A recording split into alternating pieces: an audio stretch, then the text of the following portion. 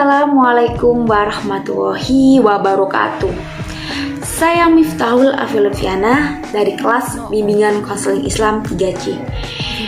Di video ini saya akan menjelaskan tentang ayat-ayat disabilitas dalam Tafsir Ulama Nusantara, yaitu dari bab 4 materi kelompok saya, yaitu kelompok 2. Nah, di bab ini ada beberapa tokoh yang mengkaji tentang difabel dalam Islam atau difabel terkaitannya dengan Al-Quran atau di dalam Al-Quran. Tetapi saya menyimpulkan bahwa Islam menempatkan difabel dengan non-difabel dalam posisi yang sama. Yang dimaksud adalah orang yang normal dengan orang yang difabel itu dalam Al-Quran atau dalam Islam itu posisinya sama atau porsinya itu sama, tidak ada perbedaan sama sekali. Nah, sedangkan interrelasi isu disabilitas, konstruksi sosial dan Al-Quran terjalin sangat kuat. Terlebih Al-Quran sendiri merupakan sumber primer setiap penggalian hukum bagi umat muslim di seluruh belahan dunia.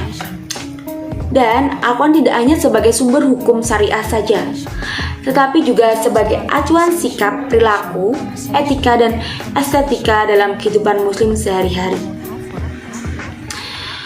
Dan Al-Quran adalah korpus statis yang memerlukan tafsir agar dapat berkomunikasi dengan zaman dan terkontekstualisasikan sehingga mampu menawarkan jawaban-jawaban atas berbagai persoalan yang sedang berkembang di luar sana atau berkembang sampai sekarang. Jadi semuanya yang di dalam Al-Quran itu pasti sudah dikaji dari zaman dahulu sampai sekarang, pasti ada di dalam Al-Quran. Dan perlu dicatat bahwa mufasir menginterpretasikan Al-Quran sesuai dengan masa, kapasitas keilmuan, visi yang diemban, situasi sosial politik maupun aspek geografis, sehingga perbedaan tersebut dapat terefleksikan ke dalam metode dan corak penafsiran terhadap surah atau ayat yang kemudian menjadi distinct antara mufasir. Tidak hanya itu, di bab ini juga menjelaskan tentang rekam jejak mufasir. Nah, rekam jejak mufasir ini ada tafsir 2, yaitu tafsir Al-Azhar dan tafsir Al-Misbah. Dan kedua tafsir ini pastinya ada perbedaan dan juga ada kesamaannya. Dan saya akan menjelaskan dari tafsir Al-Azhar.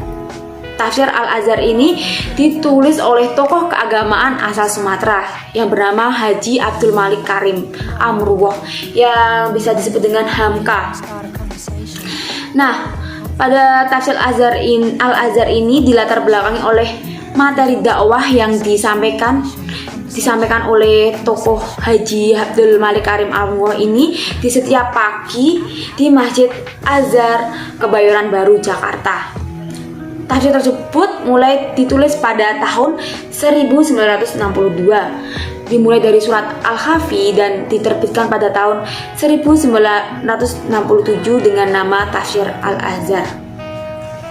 Sedangkan Tafsir Al-Misbah ditulis oleh Muhammad Quraish Shihab yang merupakan tokoh kelahiran Rapang, Sidereng, Sulawesi Selatan.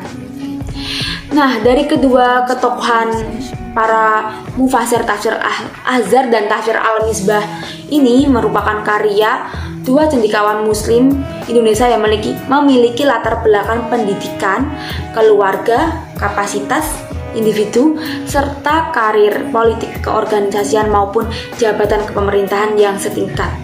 Jadi sama memiliki latar belakang yang sama. Tidak hanya memiliki latar belakang yang sama, tetapi kedua tafsir ini atau kedua mufasir ini juga memiliki perbedaan.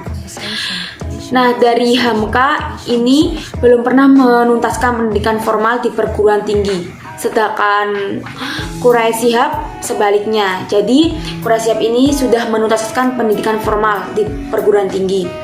Itu perbedaan pertama. Yang perbedaan kedua, Hamka menulis tafsirnya sebelum isu disabilitas didengungkan di negara Inggris.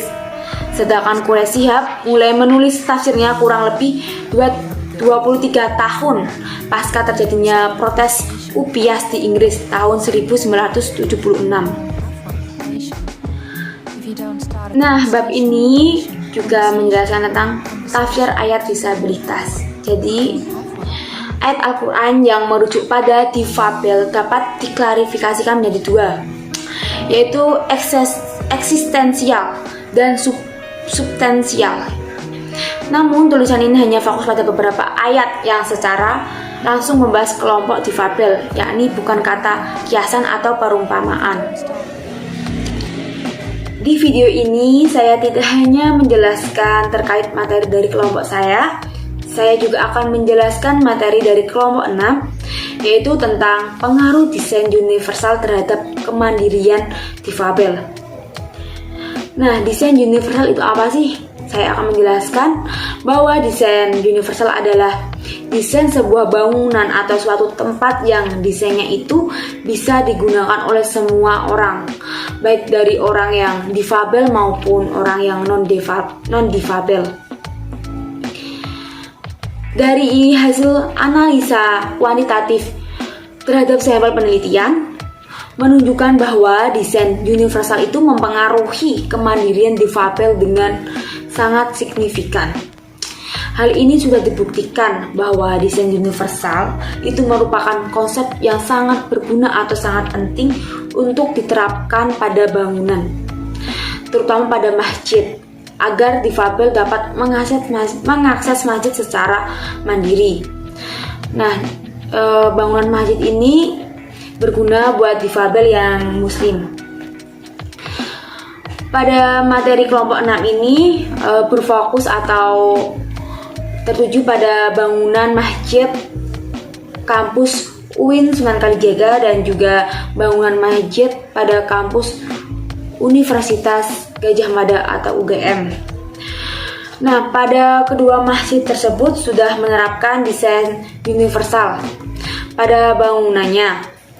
Kalau pada suatu bangunan itu sudah menerapkan desain universal, maka hal itu bisa mempengaruhi kemandirian seseorang difabel. Jadi kemandirian yang dimaksud di sini seperti difabel tidak tergantung pada orang lain, dia bisa melakukan suatu hal apapun tanpa bantuan orang lain walaupun dia memiliki keterbatasan. Nah, selanjutnya seorang difabel ini seorang difabel ini akan lebih percaya diri saat pergi ke suatu tempat yang sudah menerapkan desain universal ini dan tidak akan merasa takut, malu ataupun minder. Jadi penerapan pada kesimpulan desain universal ini itu sangat berpengaruh pada kemandirian seorang difabel. Terima kasih dari saya. Jika ada kekurangan atau salah kata, saya mohon maaf sebesar-besarnya. Sekian, wassalamualaikum warahmatullahi wabarakatuh.